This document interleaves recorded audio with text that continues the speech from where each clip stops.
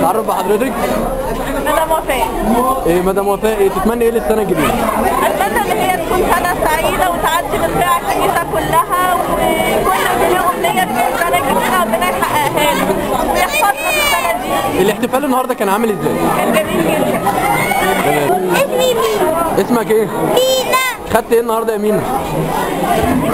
يا مينا اخدت هديه ايه النهارده؟ اخدت هديه ايه النهارده؟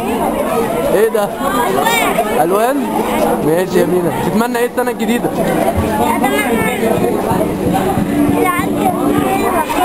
لا علي صوتك. سنه جميله.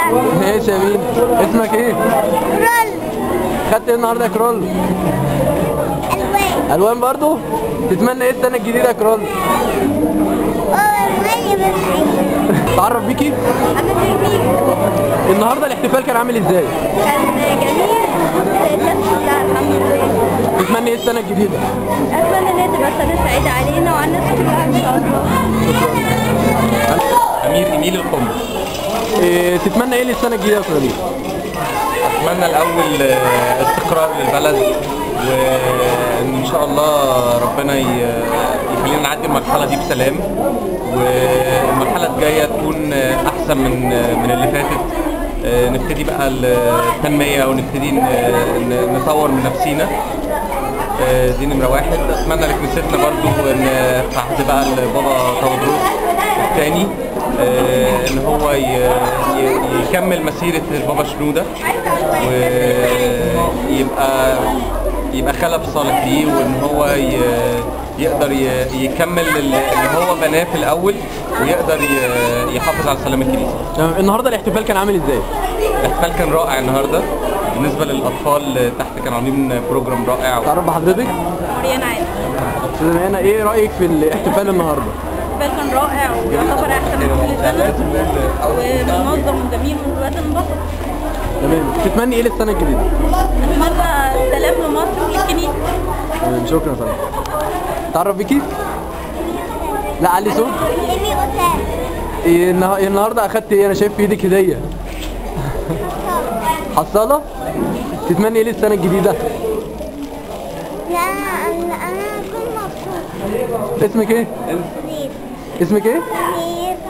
النهارده ايه اخدتي هديه ايه؟ كنت مبسوطه النهارده في الاحتفال؟ حلو. دكتور ايه رايك في الاحتفال النهارده؟ انا النهارده كويس جدا، واحنا كل سنه بنحتفل بالمناسبه ديت،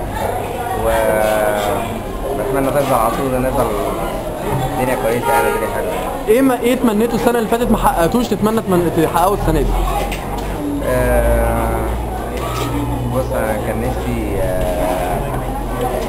امنيه ليا ان انا كنت عايز امشي من البلد. انا نفسي السنه دي بقى اقعد فيها، دي الحاجه اللي انا استناها يعني مش اكتر من كده. شكرا يا دكتور. تعرف بيكي؟ انا اسمي هاني. لا علي صوت. اسمي هاني. النهارده الاحتفال كان عامل ازاي؟ كان في مسابقات ولعب واسئله وكان في فقرات حلوه يعني. تتمني ايه للسنه الجديده؟ اتمنى انها تكون حلوه وما فيهاش يعني الناس ما تبقاش كويسه، يعني تبقى كل الناس كويسين. تمام شكرا. تعرف بيكي؟ ميرنا ايه رايك في السنه الجديده؟ مارينا ايه تتمني ايه للسنه الجديده؟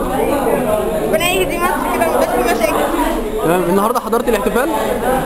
ايه رايك في الاحتفال النهارده؟ كان حلو وكان في فقرات حلوه ومسابقات. اخدتي هديه؟ فين؟ انا عارف يا خالد. تعرف بيتر ألف. بيتر إيه انبسطت النهارده في الحفله؟ كان فيها مسابقات وحاجات حلوه. خدت ايه وريني؟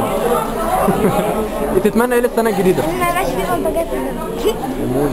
تعرف بيك؟ جون هاني. جون تتمنى ايه للسنه الجديده؟ نتمنى ان يبقى في تعاون ومحبه بين الناس. ما تمام يبقاش في ناس وحشه في البلد. تمام. ايه رايك النهارده في الاحتفال؟ كويس، كان في فقرات حلوه ومنظمه. تمام شكرا. تعرف بيكي؟ نورا ايه رايك النهارده في الاحتفال؟ حلو. عجبك؟ اخدتي هديه؟ تمام. تتمني ايه للسنه الجديده؟ ان احنا نكون حلوين تعرف بيكي؟ مرة منار، تتمنى ايه للسنة الجديدة؟ احنا نكون متعاونين مع بعض وبنحب بعض. تمام. اخدت هدية النهاردة؟ تعرف بيك؟ عندي قدام ايه رأيك النهاردة في الحفلة حلوة؟ كانت حلوة. تتمنى ايه للسنة الجديدة؟ ان يبقى في استقرار في البلد ومصر تبقى. اسمك ايه؟ لا اقلع النضارة بقى عشان اسمعك. اسمك ايه؟ بابلي. بابلي. النهارده ايه رايك في الحفلة؟ حلوة خالص. تتمنى ايه للسنة الجديدة؟ اتمنى ان ما يكونش في بلطجية والبلد تنضف وما يبقاش فيها حاجة وحشة. تعرف بيك؟ فادي ثروت. فادي، ايه رايك في الاحتفال النهارده في الكنيسة؟ هو حلو يعني وتعبنا فيه وطلع حلو يعني. تمام. تتمنى ايه السنة الجديدة؟ سنة جديدة بالنسبة لي أنا ولا بالنسبة؟ لا بالنسبة لك انت. بالنسبة لي أنا أنجح.